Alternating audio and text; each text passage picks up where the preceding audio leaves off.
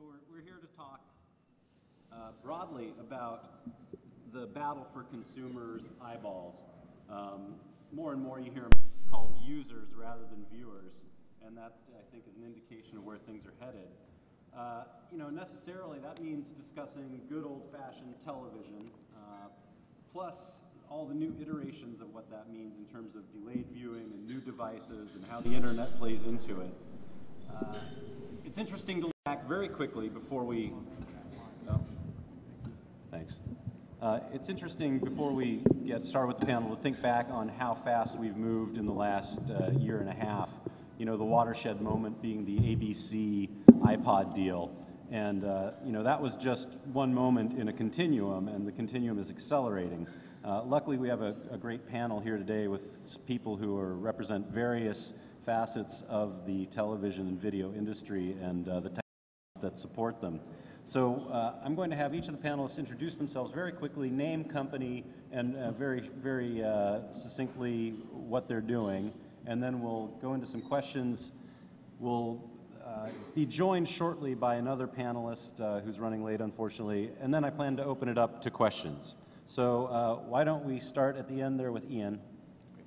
Hi, my name is Ian Blaine. I'm the CEO of a company called The Platform, and we've been in business for about 7 years, helping both content providers and broadband media sites and now mobile carriers really think through how to get traditional programming, traditional content out to IP-enabled sites. So we have customers like CNBC, Court TV, ABC News, but also customers like Comcast and Verizon Wireless that we help with video solutions. Hi, my name is Ben Wagner. I work for Texas Instruments. I'm responsible for strategic marketing in our processing systems. So we're really kind of the technology enabler for a lot of the consumer electronics and communication platforms around the world. And really what I'm here, I guess, is I've been looking at video delivery, IPTV, as well as triple and maybe multi-play services around the world, looking at the digital lifestyle services, and these type of conferences are interest of us, as gives us a view and a look at the future. So my name is Martijn Lopez Cardozo. I work at Tamberg Television. And Tamberg is an international digital media infrastructure company providing a lot of the technologies that I think we're going to be talking about today that are important for the future of TV, including high definition, how do you deliver that, interactive television, on-demand viewing, as well as broadband TV. And these are exciting times for our company because we're in the middle of a bidding war who will be acquiring Tamberg Television. And as of this morning, it looks like it's going to be Ericsson as they acquired 70% of our shares to date. Thanks for the dramatic effect. That was the attack. They're listening. Drum roll. Benford, I'm with Verizon Fios TV and came on board with Verizon 2 years ago, over 2 years ago now, and to get the major content deals for the basic expanded basic networks. And so I came from the cable side, and so I had those relationships, and we were able to get all those contracts starting from ground zero all together so that we could launch the Fios TV, and of course now continue to listen to new pitches for new networks. Very good. I think the discussion has to start with the human element, and that is how people are going to want to consume their video and watch their television. So very quickly, if each of you could just address the question of what does the television/video viewing experience look like in 5 years in everyone's living room? Ian, if you could start. Well, I think in some ways it looks a lot like it does. You've still got a television, you're still flipping it on, and it's still really easy to access content that you want to watch. I think that behind the scenes, though, there will be some big changes. I think the role of programming becomes much more personalized, so you can imagine what you're watching being much more narrowed down to your interests and maybe your friends' interests. So I can see things like social networking, ratings and recommendations, not only influencing what you do on the internet, but beginning to influence what you do on So I think, in a nutshell, still great, same great viewing experience, probably better tools for discovery, because there's going to be so many channels and so much content on demand that the big challenge is going to be how to find the stuff you want. And so my hope is we all get it right, and for each of you, there's really a unique viewing experience when you turn on the television. Okay, before we proceed, we've been joined by Josh Crane, who's the VP Interactive at G4 TV. Josh, why don't you address the question? It's what does the average video/TV consumer's experience look and feel like in 5 years in their living room or wherever they may be? I think it's the wherever they may be part that's the most important. You know, I think that the days of passive television will change generationally. And the people that are still watching TV today will continue to watch TV for 20 or 30 years. But what you'll see is more handheld devices, internet-based devices, more content where they want it. So I think that, you know, how the average person's viewing it probably doesn't change, but that early adopter begins to watch TV on the train, begins to watch TV in their car, begins to watch TV sort of in micro chunks as they go throughout their day, in breaks on work. So I don't think that 5 years from now you see too much of a shift, but you do see more of those early adopters. Very good. Okay, I mean, I agree with the basic comments here. I think the way we look at it at TI is we sum it up by looking at kind of two words: personalization and interactivity. And I think those are kind of two main characteristics of, I guess, the interests of a lot of the consumers that we see within at least the next 5 years. And again, yes, it'll be on any type of device if possible. And when it's any device, we look at technology, hopefully, that will help provide that content over any kind of screen, because the screen size is a key consideration for us, as well as the type of content that will be played. And I think between personalization and interactivity, that will help stream or maybe segment the market and the applications to the particular consumer electronic devices. Martijn? Yeah, I think you know, a couple of very valid points were raised. Generational, I think that's a key component. You know, any place, any time, any device is definitely true. And I think we see a lot of those trends already, you know, emerging. I think for those who were here yesterday, they ran a couple focus group brought up a bunch of kids and older kids on stage, and it was amazing in terms of how they spend their time. But I think if you look at it from a sort of more service provider model, it's actually how the game has changed. Because if you go back, you know, 25 years or 30 years and you have very limited amount of channels, it's all about access. And then suddenly with the explosion of the cable channels, it became about aggregation. So, you know, if anybody who'd interview a customer and say, how do you decide your service? It was like, you know, number of channels and price. But if you look at the more emerging models, content becomes ubiquitous, whether it's on your device, on different places you can find it, and you know, whether people sue each other or not, content will, you know, find its way to a lot of places. You know, I'm sure Josh will agree, you know, from content provider's perspective, they would like their content everywhere as long as there's a way to monetize it.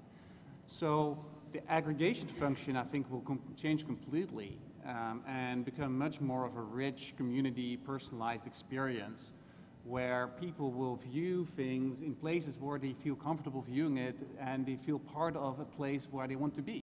And people said, you know, I'm at my space and that's where I go and have that experience. So I think what we'll see is a lot of these service providers trying to develop those type of more community personalized models where people want to be and where they're happy if they have all the other additional services like interactivity, like on demand, where they can have that full experience. I think 5 years from now, I think it's going to look a lot like today, that you're still going to have hit shows. We can talk about these communities, the Second Life, the avatars, and these adjuncts to hit programming. But what has to come first is the hit programming. And I believe that the networks that we have today are going to have to continue to invest in quality shows and programming in order for any of these other events to take place. All of the second screens and third screens and viewing or wherever. else. It all begins with developing quality programming that captures people's attention. Okay, so that kind of is a natural tee up for Josh.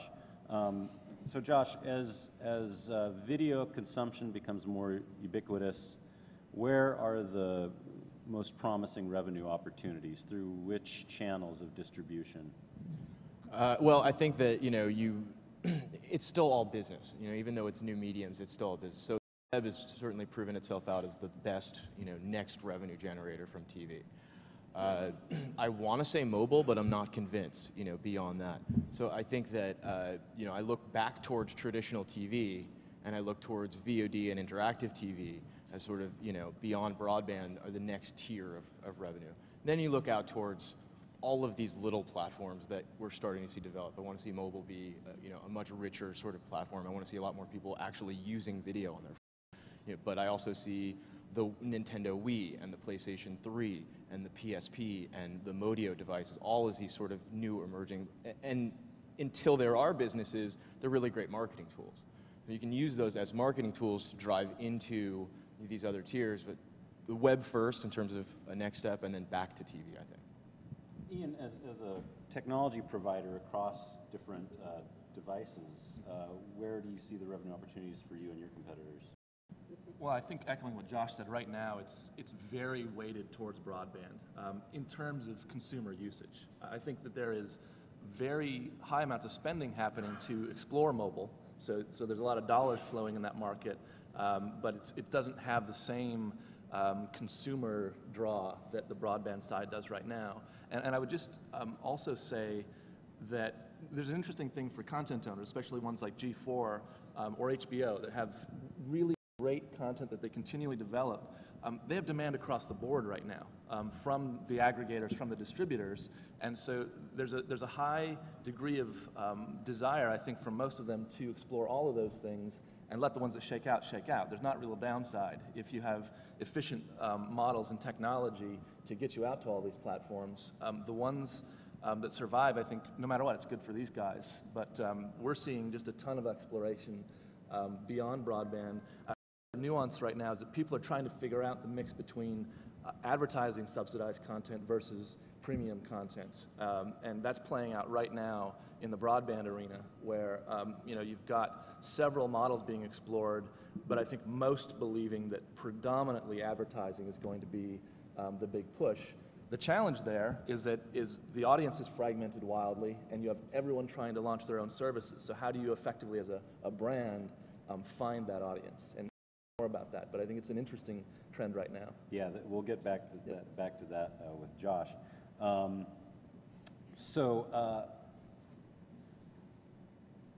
Ben, as a creator of technology, where do you see it? Where do you see the revenue opportunities? Which distribution modes look most promising? Well, right now we have a very big focus, obviously, in between communications and entertainment devices, and that's kind of a pretty broad area. But a lot of that basically converges into what happens in your digital home. So we're looking at lifestyle services and figuring out how the impacts of lifestyle services in terms of what the aspects of mobility is with fixed, and what happens when you come home, and what do you want to do with that content. So any content that is generated that helps provide cases value in terms of a service in your home that may be of use for you from an automation perspective or a healthcare service perspective may be interesting. If it's just pure entertainment, any content delivered from an entertainment perspective obviously is very useful, and that, of course, as other speakers have talked about yesterday and today, depends on demographics and then who your target audience is. So we're looking at a lot of that focus in the home and how communications and entertainment products can be delivered, and what are the right platforms to help content people actually display as well as deliver, as well as connect within the home to make sure all the aspects of personalization and interactivity can actually be achieved. Very good. And Martijn, you obviously go across a lot of these technologies as well in your work. What do you see as, currently the hottest revenue growth areas, and then scaling out over time? We're very bullish on quality in multiple aspects, and I think if you look at what service providers are doing, they are really differentiating their platforms partially on quality. So I think HD will be a big driver, especially with the vast amount of large sets. Then the other one I would sort of maybe lump together in a couple of categories, which is, I think, a lot of the service providers are putting the technologies in place that will be able to create similar experiences as you can get in low quality on the web. So things in that bucket are interactivity, on-demand, robust on-demand platforms, ability to do advertising well, both on a linear as well as an on-demand fashion, as well as in the make our new owners very happy is the whole IMS play. So how can you connect different services and create unified customer experiences across mobile, PCs, broadband, set-top boxes that you can manage overall.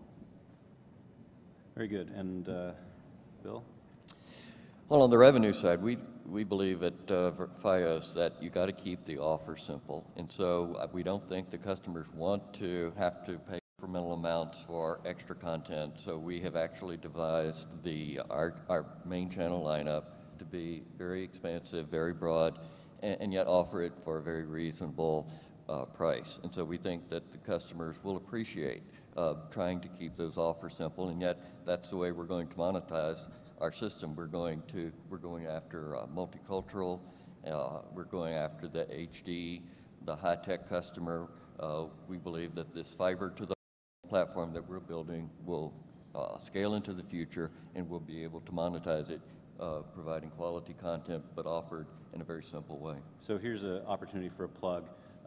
In terms of the differentiation between cable and the telecom package, what are the technological, how do they measure up against each other technologically in terms of capabilities scaling into the future? Well, right now we offer a total digital service.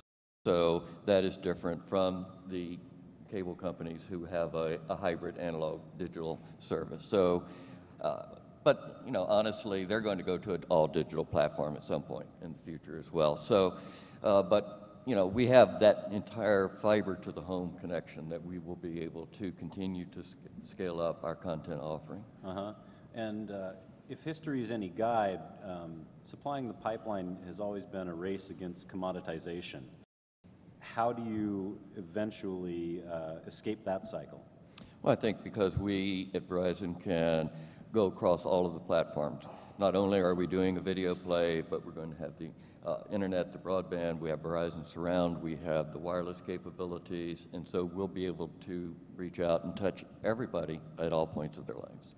And is it ultimately a function of how fat your pipe is compared to the competitor in terms of what differentiating products you can offer? Well, when you think about the segmentation of today's society, and you think about all of the different multicultural groups that need to be addressed, I think that to some extent, whether you're using compression or whether you're using a big fat pipe or however you get to the customer, you have to get them the content that they want, and that becomes very specific in today's world. Okay. Why don't we talk a little bit about advertising, starting with you, Josh. Is G4 exploring alternative revenue models beyond advertising? I think, we'd be remiss not to. We are, and we will continue to, and we, any good idea that sounds like it will not, turn off customers and still be able to generate revenue, we'll try. So we're looking at content packages. We're looking at, and starting to participate in download to own, digital distribution. We're looking at, alternate forms of media, mobile storefronts and selling mobile content, micro content. At the end of the day, I am sort of blessed and cursed with this really sort of technically savvy audience that smells the sell. And so they give us a really good test bed for what won't work. And best test bed for what will work. But so we're certainly exploring, and we're interested in all of those other, in all of those other models. We third-party content providers and the revers of the world that are out there monetizing broadband content.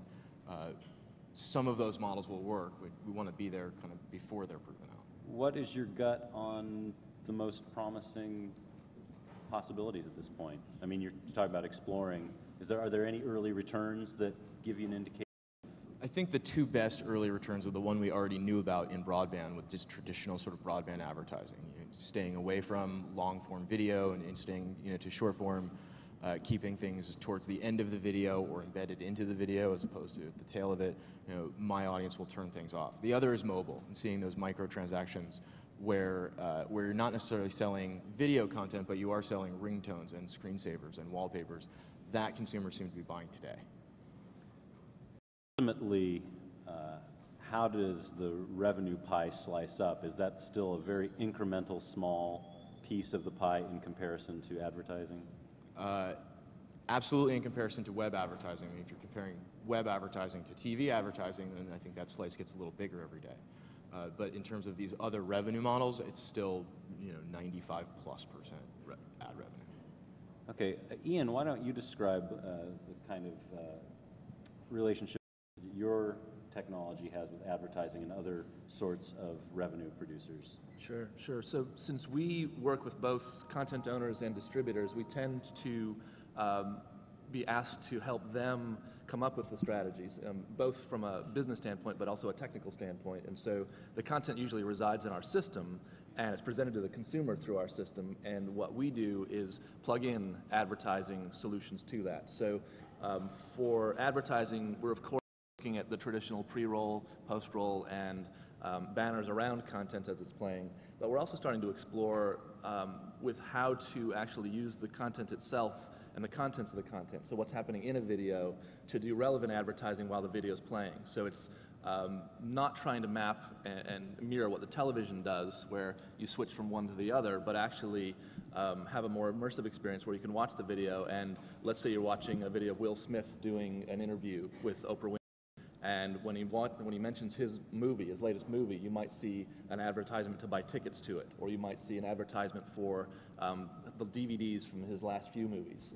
So exploring what's possible with the internet and with the interactivity there is one of the big things we're pushing on. And then also making sure that you can explore, on the other end, the commerce opportunities around subscriptions and pay-per-view, pay-per-download, but ultimately converging the two so that content owner or an operator, you can put some of that choice out in the hands of the consumer and say, well, look, you can tell us right up front whether you would prefer to have this subsidized by Crest, Coke, et cetera, or whether you'd rather pay a price for it. And some sites have tried that for years, but I think there are ways to do it now that are much less onerous on the consumer and really put it in their hands. And so you can really generate revenue either direction or in both ways. Can you give us some examples of that in effect yet, or is it still on the horizon? That is nothing I can talk about yet, but in the next several months, definitely. We don't have people doing the hybrid yet. We have people certainly doing the advertising stuff. Martijn, what about your company's approach to offering more targeted advertising? Yeah, I think, often when you go to these panels, people talk about sort of, people skipping ads and the, overall. I think actually there's a lot of opportunity to tap into new advertising pies or better monetize existing ones. So let me give you some examples of each. So for instance, there is a pretty robust, on-demand platform that is deployed with cable operators, with telcos, but still very little, advertising, let alone targeted advertising present. So, that's a, fast-growing market where that's, virtually untapped.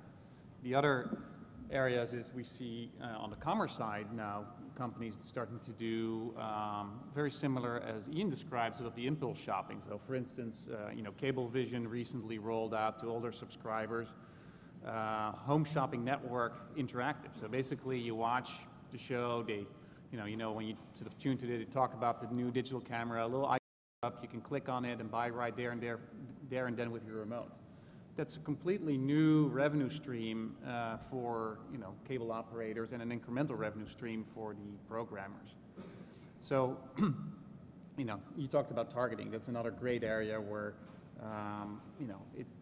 in most of the research shows that if you are able to, make your advertising so much targeted, you can, get anywhere between 20 and 50% higher CPM. If you do that across your overall base, that's a big number. So I think the technologies are there. I think, we're now starting with the, competitive dynamics plus the pressure of the internet and mobile. People are starting to adopt those technologies. And I think we'll see the overall advertising pie and commerce pie actually increasing quite significantly over the next couple of years. Okay, Ben, I don't know if this is particularly apt for you, but in terms of the hardware technology side, what's happening to facilitate these new ways of targeting folks with content and the advertising that is either precedes it or is embedded in it or follows it?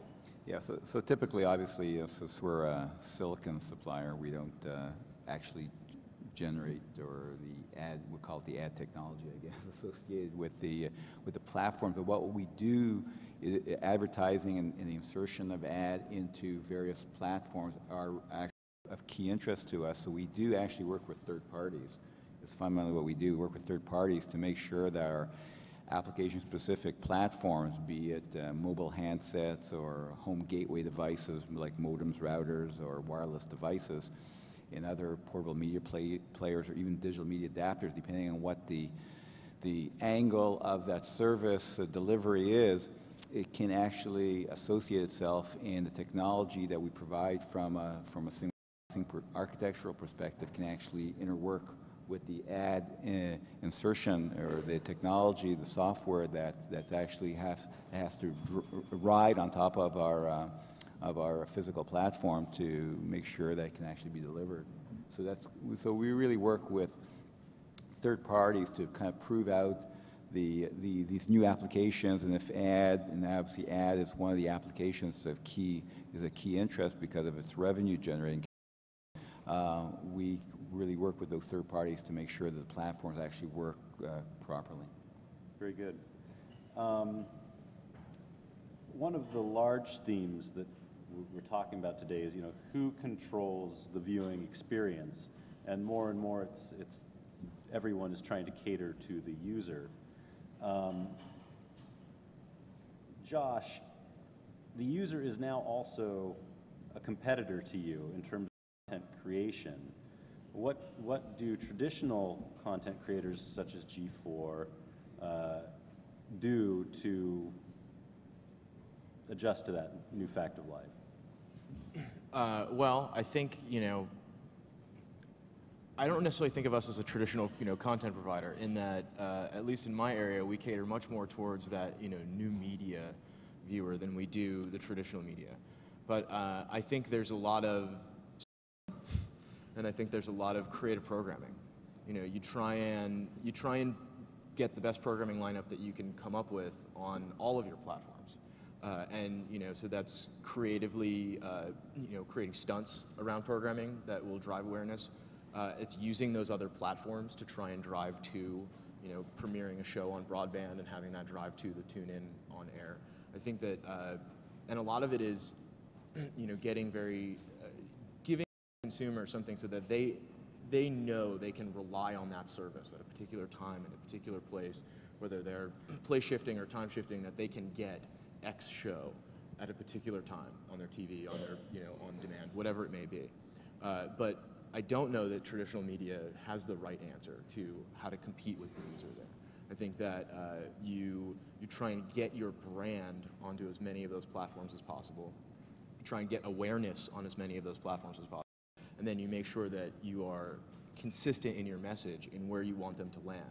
So if you're using mobile and VOD and the Nintendo Wii, all as drivers to get someone to tune into a show Thursdays at 8, you want to make sure that you consistently are in the right places to get in front of them, and then using that message to drive them to the right place.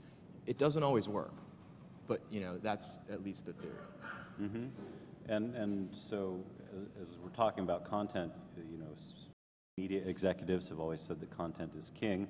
As a distributor, what's your reaction? Is content still king, or is it becoming more of a partnership with how you deliver that content and who offers the most features in terms of customizing that content to viewers? Well, I think the answer is both. As a distributor, Verizon, we have, it's been announced, we have a deal with Rever, we have a deal with YouTube, and so we definitely want to, be there to present to our customers user-generated content. On the network side, if I were a network executive, I'd be saying I want to integrate this UGC into my content as well. And we see more and more shows coming up with the concept of bringing in UGC. And so, everybody thought that reality television was going to take over, and it looked like it was for a while. And now today we're thinking UGC is going to take over everything, but it all mellows out. Right. Okay, very quickly, one more larger subject to tackle for everyone on the panel, and then we'll take questions. How big does mobile video get, and when does it become a significant revenue generator for anyone? And very quickly, why don't we just go down the line, starting with you and So you want a year? Is that what you want? give me. Is it 5 years, 10 years?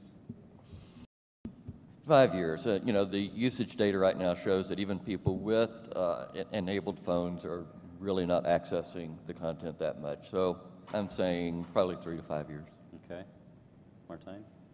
I would agree. I think, I think there are some significant technology developments that are now taking place that actually, will make it easier. And I think once storage will be so cheap that you actually can still start doing on your phones, I think you'll see even a larger uptake. I kind of agree. I think we play a big role in the mobile space, and of course we try to help drive a lot of that direction. But it'll take at least 5 years, I think, for mobile to build some size mobile video to provide some reasonable scale.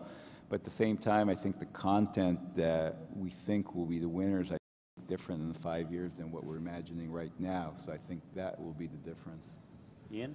Yeah, I would actually echo that. I mean, we're in the thick of it with mobile services right now around video, and I agree it's going to take a while for very broad adoption. But the content that's most successful now is the content where there's been an investment in producing it specifically for mobile. So there's been thoughtfulness from the beginning about where this content's going to end up. It's not just an afterthought, and that kind of content actually has, on a percentage basis, much higher access. And so I think that if you see those companies who are investing in that seeing success, others will follow, and that may be the thing that speeds it up a bit, is that the content's just better and more relevant. Right, and obviously, Josh, G4 is pretty aggressive in this kind of thing. When does your content become widely distributed on mobile devices?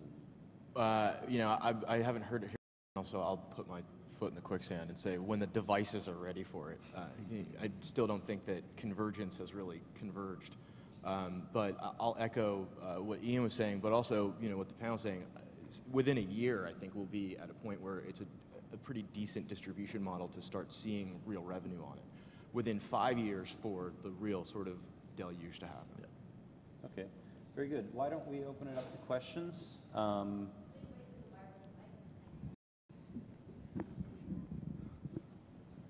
And again, please state your name and what company you're with. Andrew Keane, After TV. There's a question for Bill Binford. Bill, I saw your president at CES. She was talking about your $18 billion bet, massive investment in broadband infrastructure. When you talk about stressing simplicity in your Fios television service, how is simplicity helped by the next generation broadband that Verizon is developing? Okay, so the question was, how is simplicity helped by an $18 billion investment? Well, by the fact that Verizon now seems to be a market leader in broadband technology. Okay, well, with this $18 billion build-out in We'll reach 19 million homes by 2010. We expect to be able to deliver state-of-the-art television, the maximum number of HD, maximum number of VOD titles, and then on the broadband side, we will have the fastest speed out there. So as content, as media, as streaming video, media-rich websites become, absolutely necessary for all content providers to also have, then we will be the best platform to get that content. We will have the best speeds, the best technology. Excuse me, Ron Webb from Samsung. Yesterday we heard that the kids don't watch TV anymore. And I've also heard that the male demographic is watching less. So the question, I have two questions actually. The first question is the absolute viewership declining? The second is, if it is, then why should anyone invest in DVB-H or DMB or MediaFlow? And who is the question for? Really, probably the second question would be for Ben, since you're probably closer to the Mobile Digital TV Alliance. And the first question is whoever has the answer. Is it true that the first question, is it true that viewership is declining? I mean, we get this feeling, but we don't see any real numbers.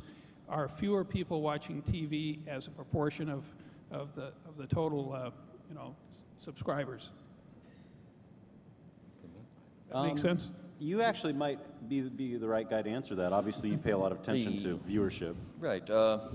I think the latest statistics I show that it was pretty flat, that it's about the same. And, and everybody says, well, how can people be online more?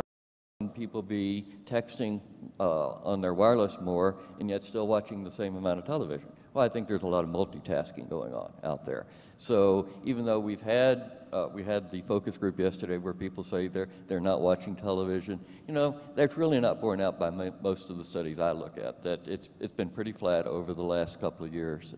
It's not increasing the way it used to be, but I think it's still there. Martijn, do you have any data on that? I don't have any data. The only comment I would make is I think it also depends how you define television. Because if you define television as video consumption and define it a little broader, I think any statistic will look very different. So if you define the TV as the traditional linear TV that you sit on your couch and watch, yeah, I think technology will change and people will use different devices and it will take a while, but you'll see the impact. But if you define it more generic as video, I think this whole explosion shows everybody the power of video and how video hungry America is. Like people would like to have their video any place, in their cars, on their phones. The success of iPod and downloading.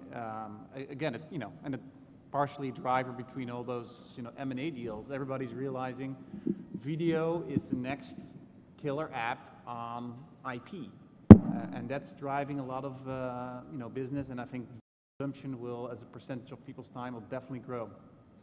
So I don't know if I answered your question, but it will be. Well, video, but not necessarily television. That's what I'm saying. Yeah. But I think the question would be, what is the more relevant metric, right? And I think for a lot of people in the room, it's probably video consumption more than your traditional TV. I would just add that I think one thing we're clearly seeing is even in the television, the living room, on-demand consumption is going way up. So the amount of viewing hours that are spent picking particular content and watching it is way up, and that sort of leads into the next question you were asking, which is around whether broadcast plays with linear programming are an area for big investment, and I think they're certainly valuable because it's still the most efficient way to deliver content anywhere is over a broadcast network, but you shouldn't ignore the trend around on demand. Yes. I guess for Bill first, which is, I'm Douglas Warshaw with MotionBox. Can you tell me in terms of, especially with the Apple TV coming out and the ability for people to surf the web and get access to through their TV, are you guys doing anything particular for applications regarding user-generated content? The fact that so many people now can put up personal videos and they'll want to see them you know, TV is just a box at this point. Well, we certainly want to be a leader and you know, I remember last time I spoke at iHollywood Forum, you know, when will we finally get the PC and the TV connected?